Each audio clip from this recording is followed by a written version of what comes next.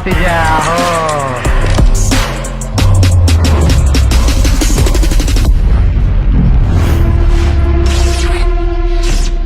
এভাবে ডেকে আনার মানে কি? পেরেশানি হয়ে গেছে ভাতিজা, কাম আছে। তোরে ডাকলে তো তুই আসস না, খালি খোঁজ বাইরে মেলা গরম। আর এইদিকে পল্টনের এসি কিনা গাজীপুরের এক লোক মিলিনিয়ার হয়ে গেছে। টাকাই টাকা, ওর ওখানে যাইতে অপারেশন করতে।